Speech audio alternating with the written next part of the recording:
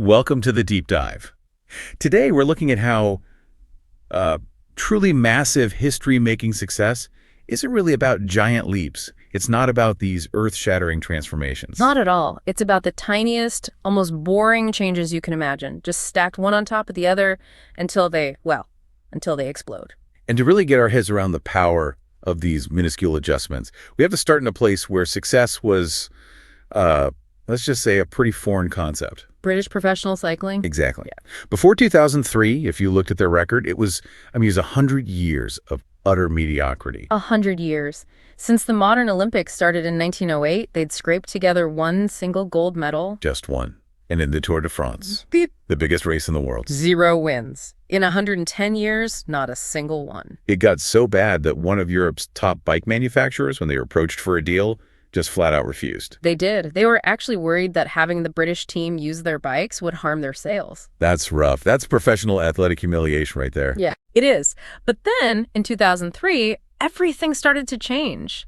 They brought in a new performance director, Dave Brailsford. And he didn't come in promising some huge overhaul. He had this revolutionary, almost obsessive philosophy. He called it the aggregation of marginal gains. And the idea was, on paper, pretty simple. You take every single thing that goes into riding a bike, you analyze it, and you just try to improve it by 1%. Not 10%, not 100%, just one. Just one. And that sounds simple, but the scope of what they looked at is just vast. Right. And that's what we're going to unpack today in this deep dive. We're going to look at how these tiny atomic habits, these 1% changes, compound into huge results, why focusing on your system is so critical, and how it all ties back to who you believe you are, your identity. So let's start with those 1% changes, because some of them are almost comical. Okay. They started with the obvious stuff, redesigning the bike seats for a bit more comfort, rubbing alcohol on the tires for a fraction of a percent more grip. Standard optimization, you'd think. Yeah, but they kept going. And this is where you realize it was a full-blown obsession. They started looking at what the riders wore off the bike. Off the bike. Mm-hmm.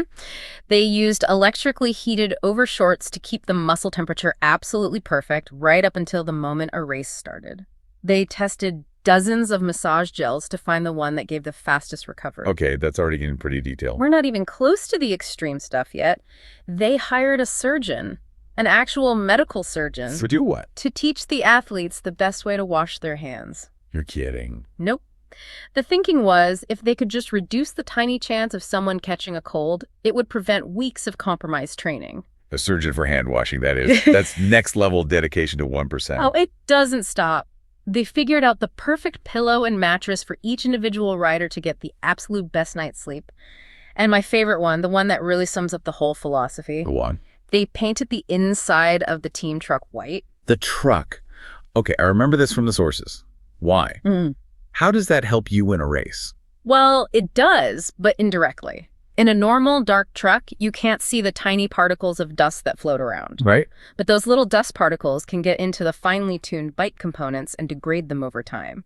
By painting everything white, they could spot every last speck of dust and clean it up immediately. So they were basically creating a clean room for the bikes. Exactly. They were eliminating performance degradation at an almost molecular level. That is just incredible. And so they found hundreds of these tiny marginal gains, and the results.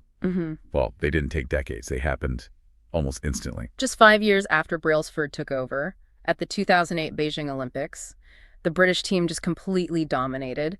They won 60% of all the gold medals available in cycling. 60%. Then 4 years later in London, they did it again.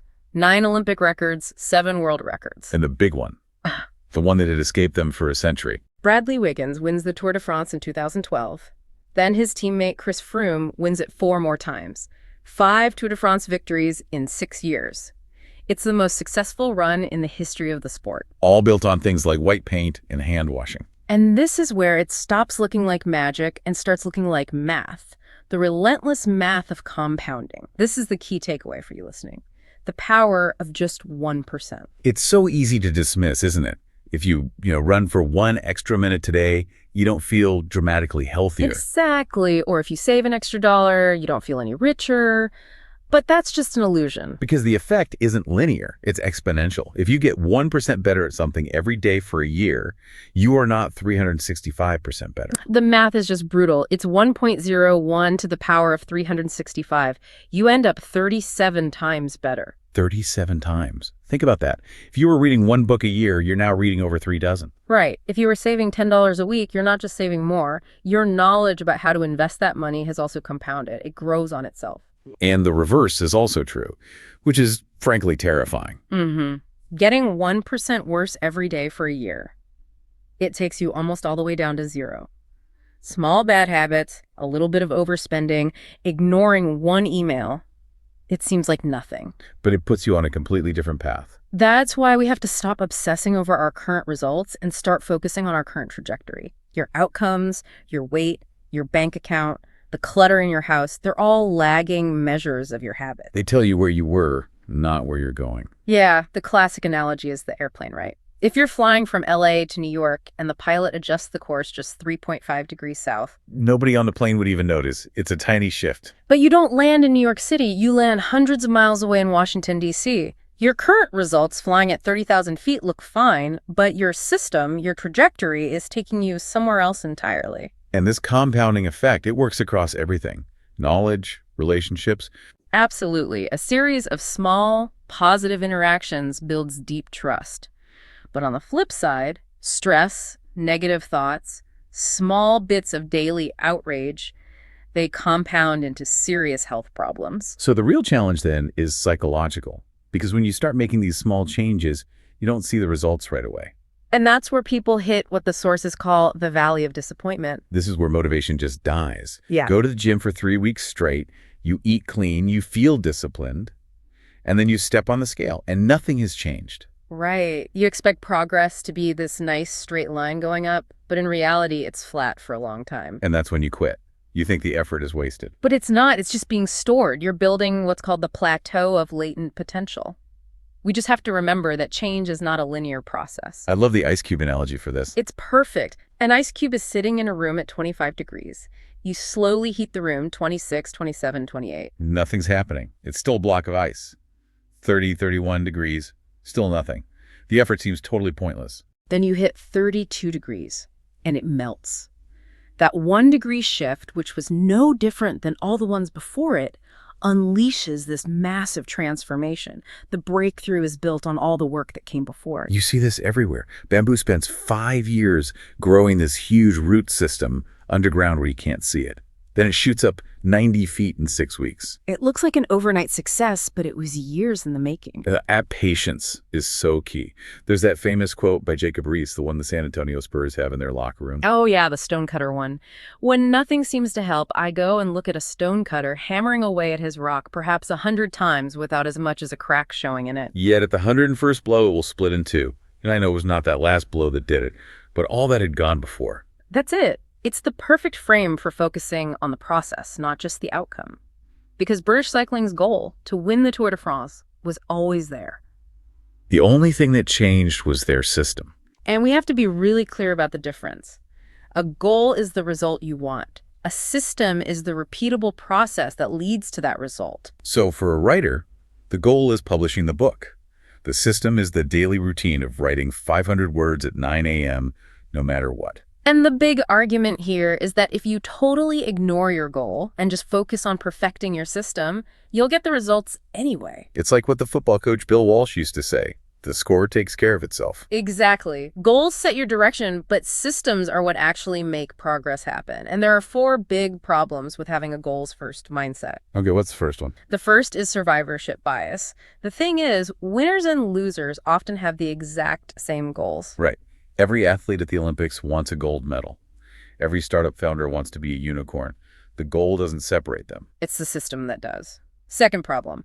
Goals are only a momentary change. You can have a goal to clean your messy room. You achieve it, great.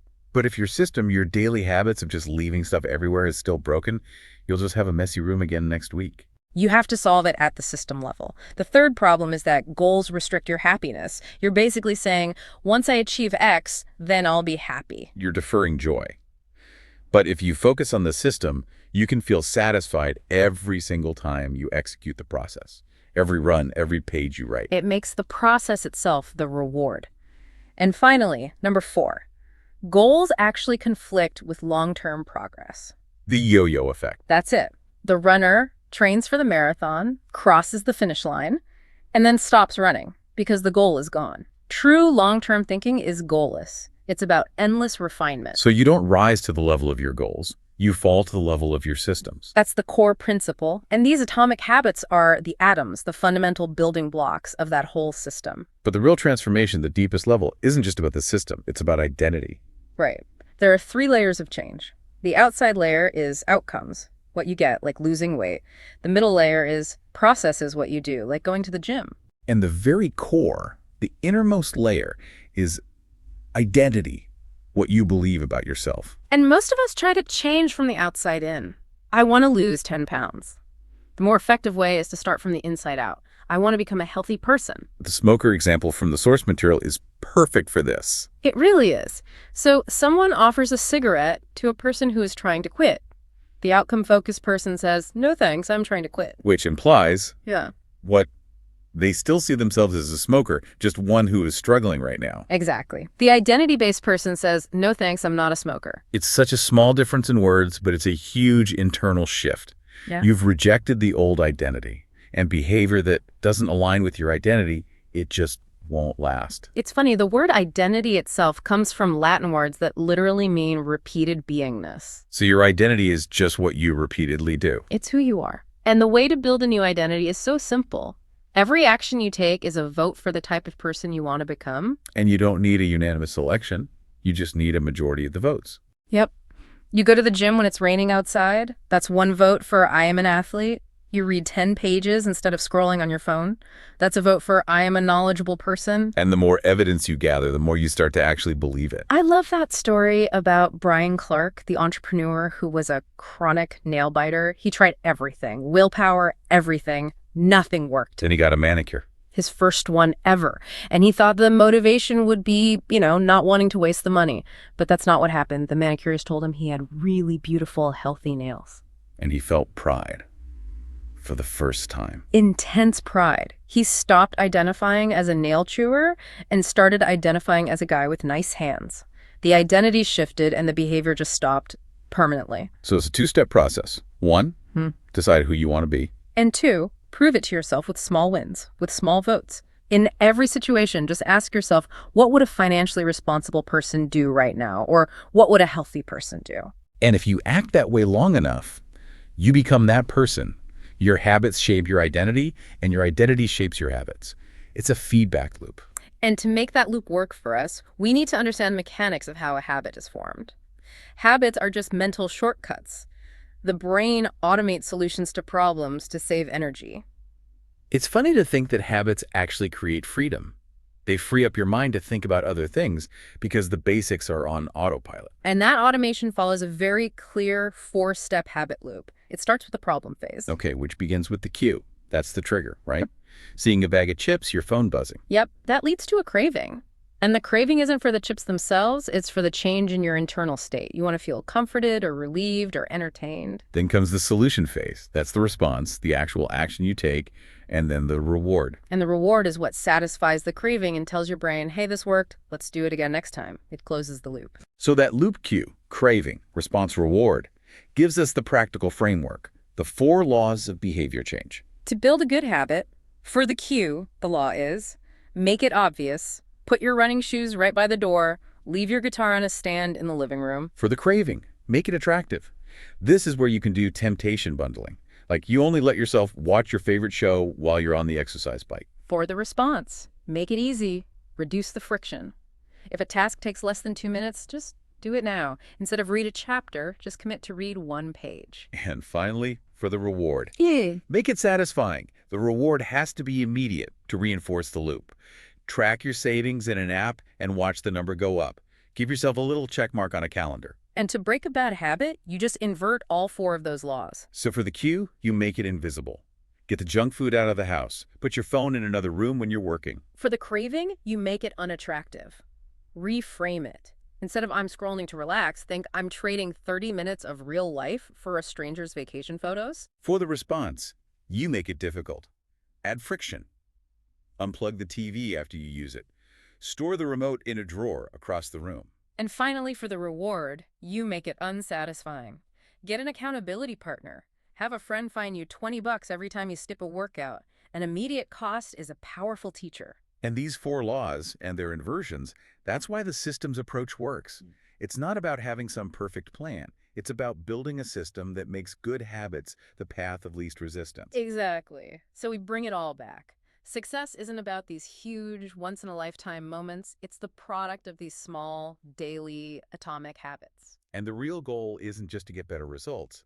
It's to fundamentally change your beliefs about who you are and what you're capable of. Your identity isn't fixed. You're becoming something new every single day, whether you realize it or not. Which leaves us with a final thought to consider.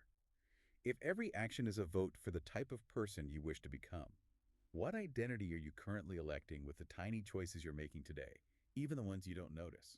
The votes are being cast every minute. The results are just a matter